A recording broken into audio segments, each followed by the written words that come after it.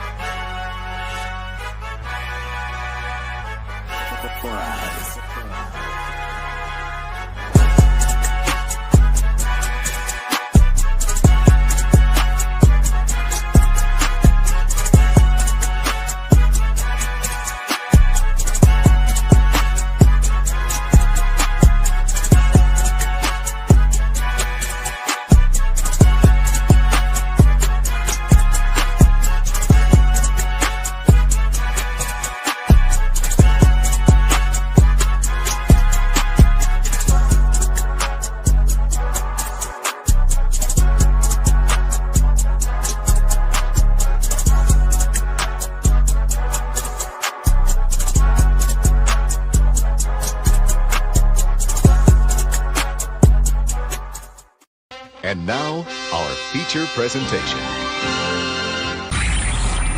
You are watching a master at work. Go get some!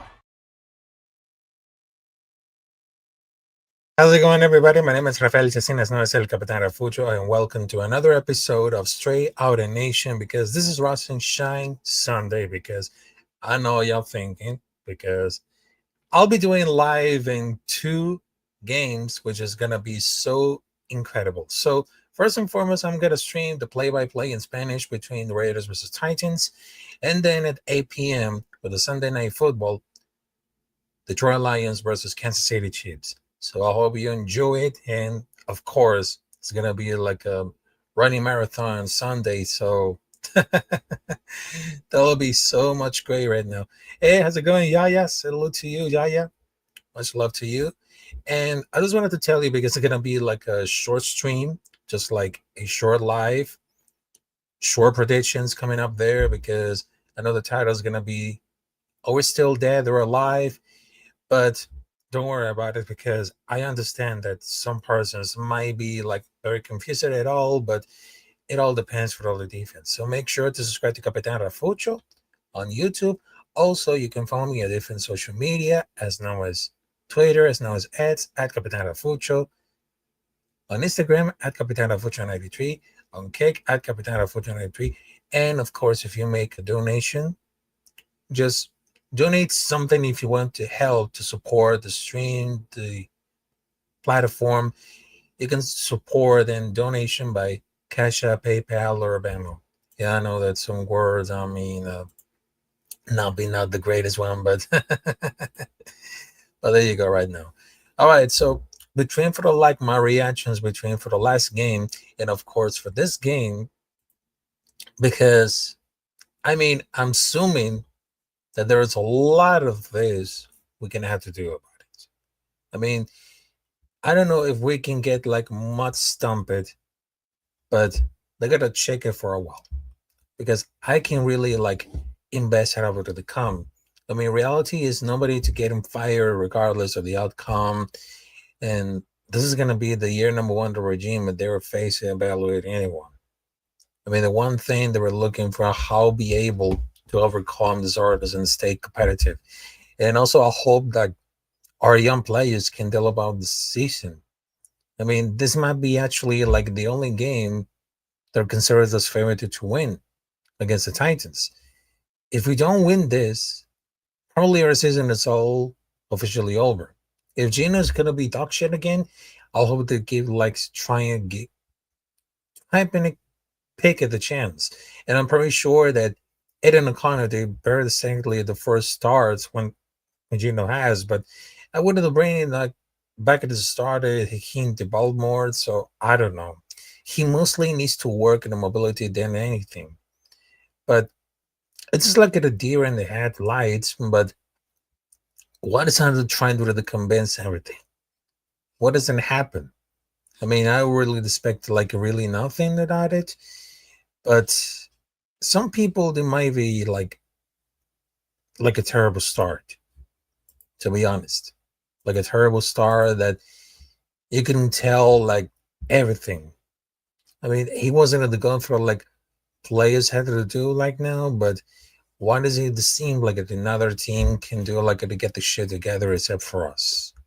I mean, it's been literally a decade since we able to compete, but most of those fans are really beat down and I really deserve better. It's honestly very impressive how the manager to say so incompetent. I mean, take him for example.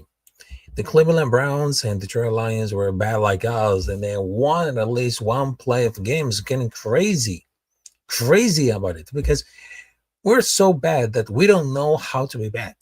We're consistently cycle of mediocrity. Never bad to like a draft for the quarterback if we lost. And a lot of the draft picks have made for like bust. Over the years, all the Bills went in itself.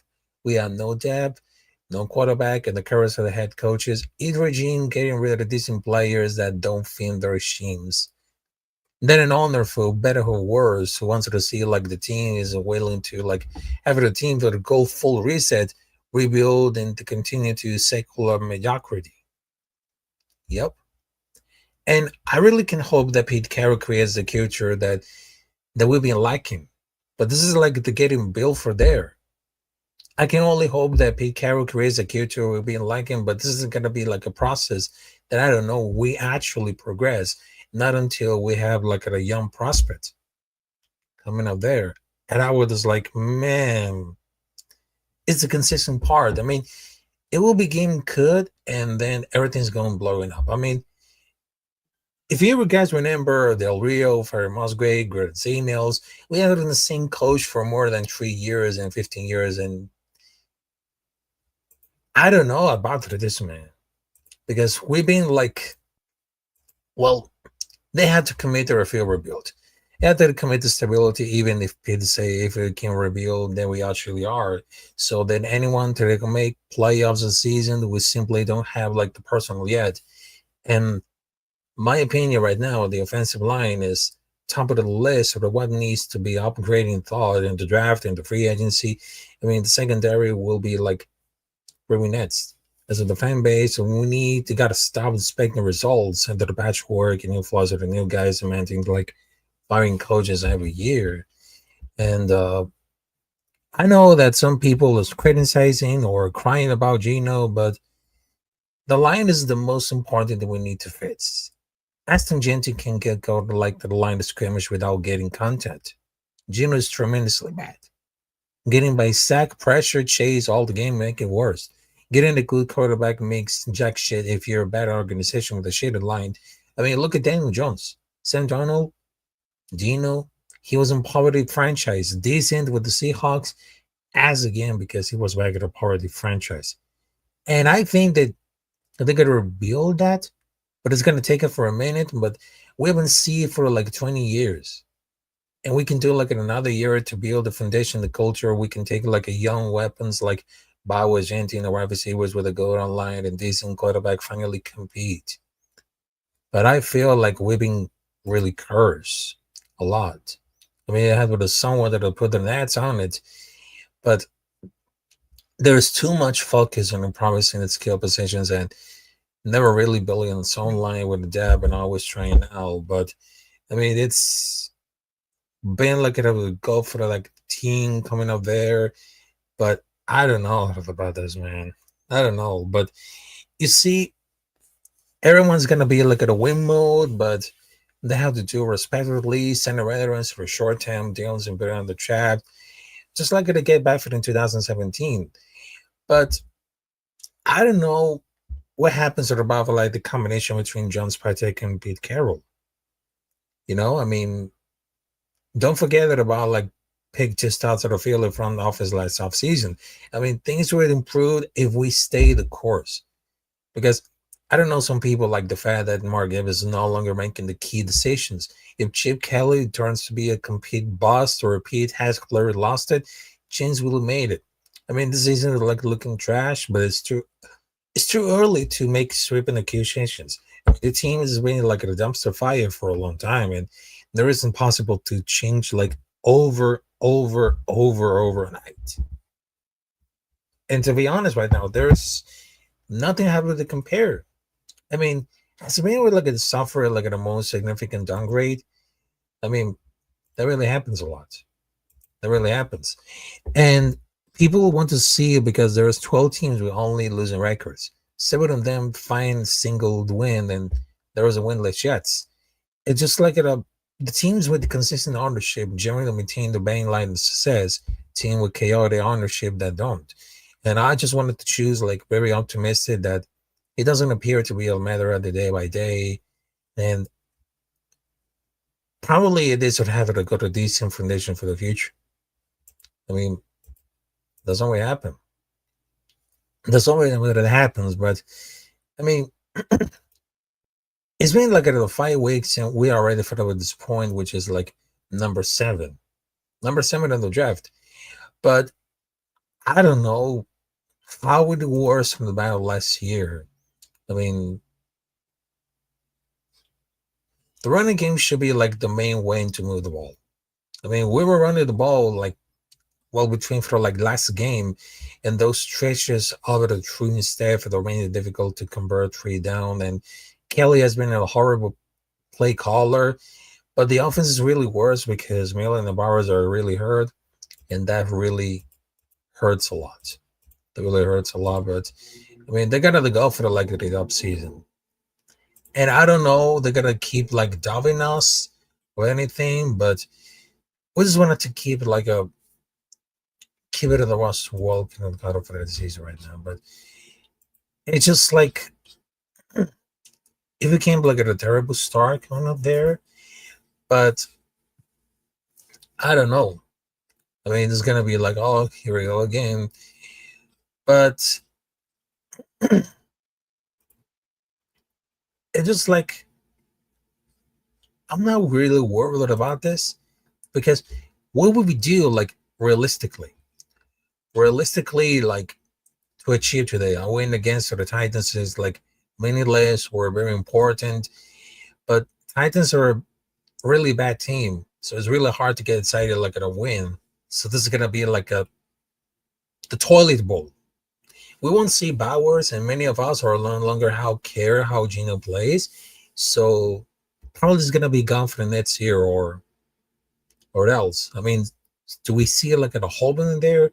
Motivation around Genty, more cohesion on the offensive line, specific players or the team results and defense. We're interested about like the remaining season is like signs further on for the next season. I don't see us. So we're taking the Chiefs, Chargers, and Broncos this year. Like, should we pay like attention right now? I mean, especially Desmond struggling with the head coach trying to change the culture. You don't break losing habit, accepting losses, and you're trying to build like a winning mindset for actually winning at all. I mean, a win will boost confidence. As bad as things they are, there's still a shot. Now, if we want to see like the all line keeps developing, Sandel for young guys like Batch and Darren Port is pretty much the only reason to keep watching. But if we can win convincingly, build confidence, beat the Chiefs next week, get everyone get healthy by a week, they're gonna run for the respectable season, so we can go like an off season really good.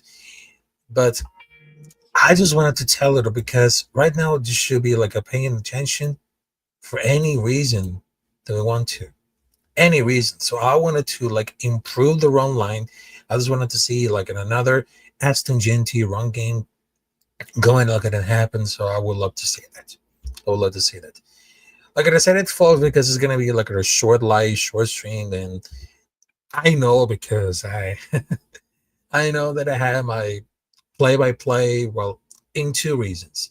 So first and foremost, I'm gonna do like I don't know, something like vertical. If you anything really something. So right now, I'm gonna shut this down right now. So I'll be seeing you there on the play-by-play between Las Vegas Raiders versus Tennessee Titans. So I'll be seeing you there. So bye bye there.